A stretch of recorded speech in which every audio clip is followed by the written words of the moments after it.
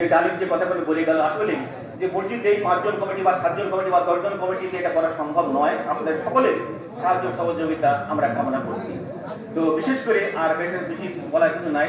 আর সর্বশেষ আমি যেটা বলতে পারি, আমরা যদি নিয়াত করি, ইনশাআল্লাহ আল্লাহ আমাদের অবশ্যই নিয়াতটা পূরণ করবে, এই আশাটুকু আমি রাখতে পারি। সবাইকে ধন্যবাদ। আসসালামু আলাইকুম। এবারে আলোচনা করবেন আমাদের গ্রামের গর্ব। আসলে আমরা সকলেই জানি এই চকবাস বেগুনিয়া এই গ্রামের সবচেয়ে বড় বড় মানুষ। এটা আমাদের, আমরা যদি মনে করি আমাদের অবসরপ্রাপ্ত কলেজের অধ্যক্ষ, কলেজের প্রিন্সিপাল সহ অনেকে ছিল, ওনারা যদি মনে করেন আমার অনেক ছাত্র আছে, তাদের কাছে আমরা অনেক পাবো, আমার পারি ইচ্ছা করে।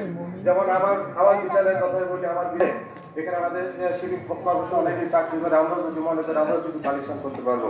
তবে এই পর্যায়ে আলোচনায় নিয়ে আসছেন আমাদের লালপুর বাগাতিপাড়ার এমপি মহোদয়, রাষ্ট্রবাদক, আমার গ্রামের গর্ব, ছোট্ট বড় ভাই আবুল হোসেনকে কিছু আলোচনা নিয়ে আসার জন্য বিনীতভাবে অনুরোধ রাখছি।